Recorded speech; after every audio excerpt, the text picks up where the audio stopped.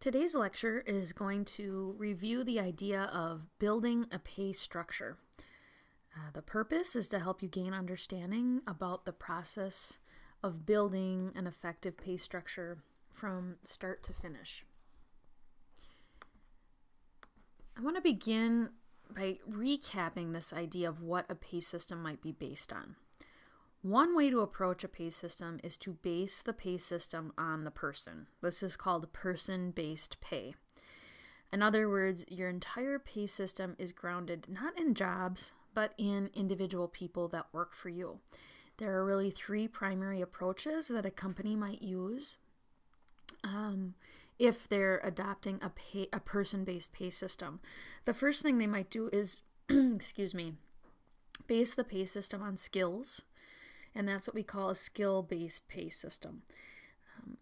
In this type of pay system, you're really evaluating individual employees and their job-related skills. And based on their level of skill or mastery, that's how you determine pay. The second approach to person-based pay systems is what's called knowledge-based pay. So here what you're evaluating in the individual person is really their education or their ability to increase their knowledge. And the more knowledge or education that they gain, the more complicated or lucrative projects you would assign them. In other words, the more knowledge they have, the more they're getting paid. And then the third person-based pay system is credential-based pay. And this recognizes formal credentials, things like a professional license or certification. And based on someone's credentials, you determine their pay. The commonality with all three of these is that we're not looking to the job to determine compensation, but we're looking to individual characteristics or traits. What we're focusing on in this lecture is grounded in job-based pay. So job-based pay systems are developed around jobs. So in other words, pay is based on looking at a job and identifying compensable factors and then assigning a worth to a particular job. So no matter really what your skill level is or your education or your credentials, if you are working in a particular job title, you are assigned pay based on that job.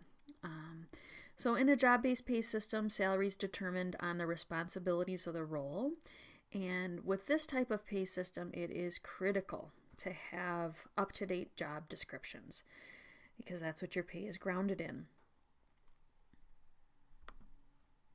What we're going to explore is how market-based pay connects to a job-based pay system.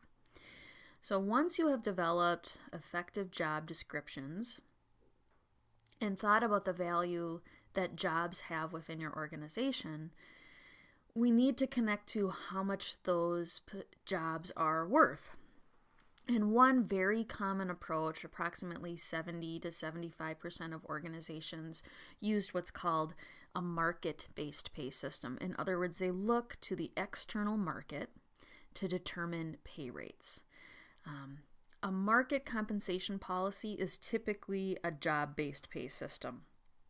In other words, you look at other organizations and the jobs they have and try and find a comparable pay rate to offer your own employees. And this is grounded really in research and salary studies that the organization would do. We're going to review 6 primary steps that an organization would follow if they were building a market-based pay structure. The first thing they would do is gather background information. Then they would select sources of external market data and prepare the data.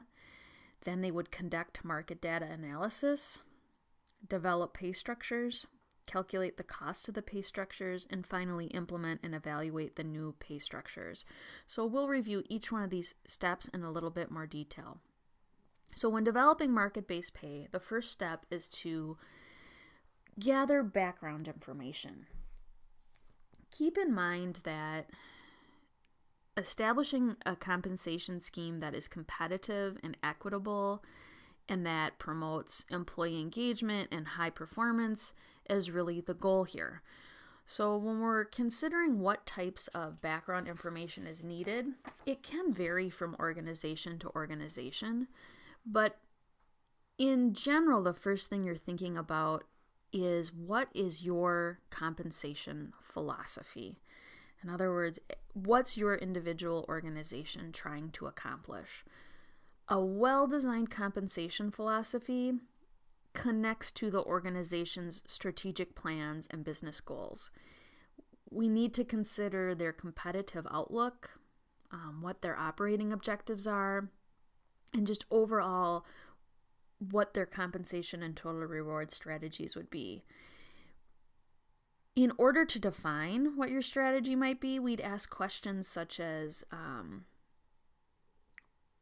what are you doing to attract people to join the organization? What are you doing to retain key talent and reward high performers?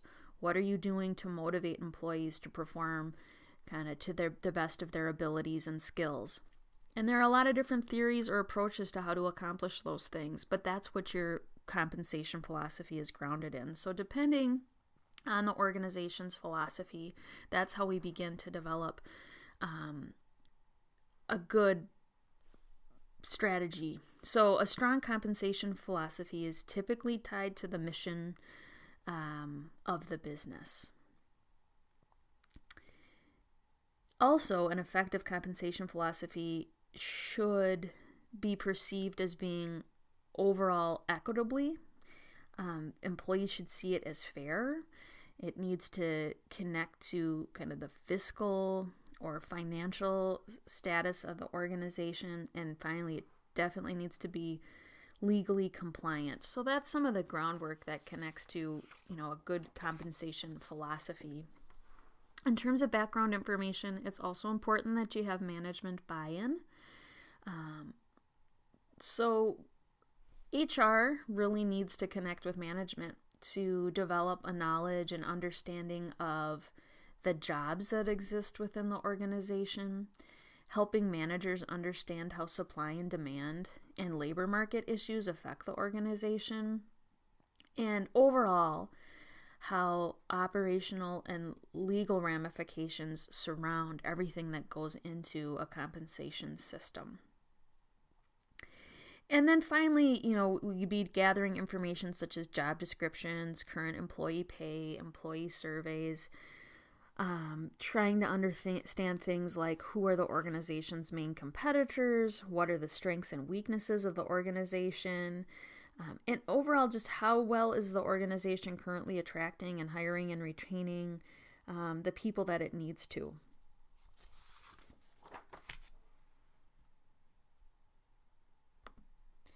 The next step, once we've gathered that background information, is to begin to look at external market data. And really the key here is the selection of your sources for external market data.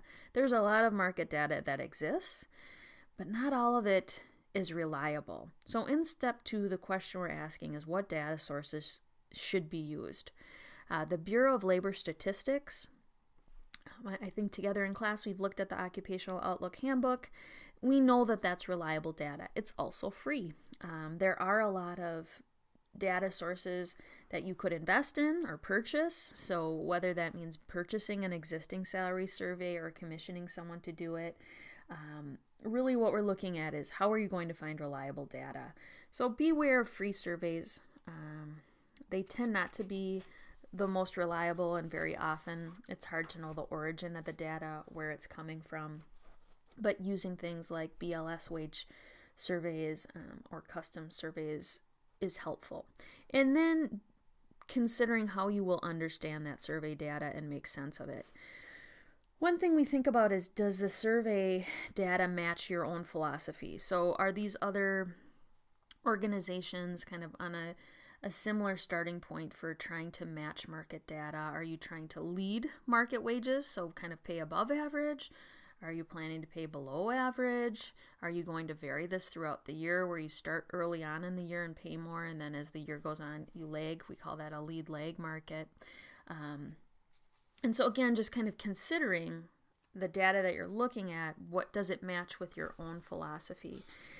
Also, when we're looking at survey data, we think about things like when the data was gathered. So the idea of this is being able to age your survey data. Let's say, for example, you're looking at 7 different surveys. It's pretty unlikely that all of those surveys were pulled at the same time, but you need to be able to compare apples to apples. So if some of the survey data is 6 months old and some of the survey data was pulled last week and some of the survey data was pulled 6 years ago, you need to look at that and age the survey data so that it is all current. So considering things like kind of what you can do to recalculate the numbers to make sure that you have aged your survey data correctly as you're looking at it. In other words, salary survey captures salary data from a specific point in the past. But because the market continues to move and pay increases happen and market adjustments happen, again, it's necessary to what we call age or trend the data to a common point in time. And so very frequently you'd be trying to do that, age it to today's date or kind of look at it in a current way. And then the last thing when we're looking at this external market data is to consider geographic location. So we know that cost of living and wages vary drastically depending on where you're located. So that is another important thing to think about when you're pulling data sources. Is, are they coming from a geographic location that's comparable to yours? And if not, what are you going to do to adjust the data to make it more meaningful? The third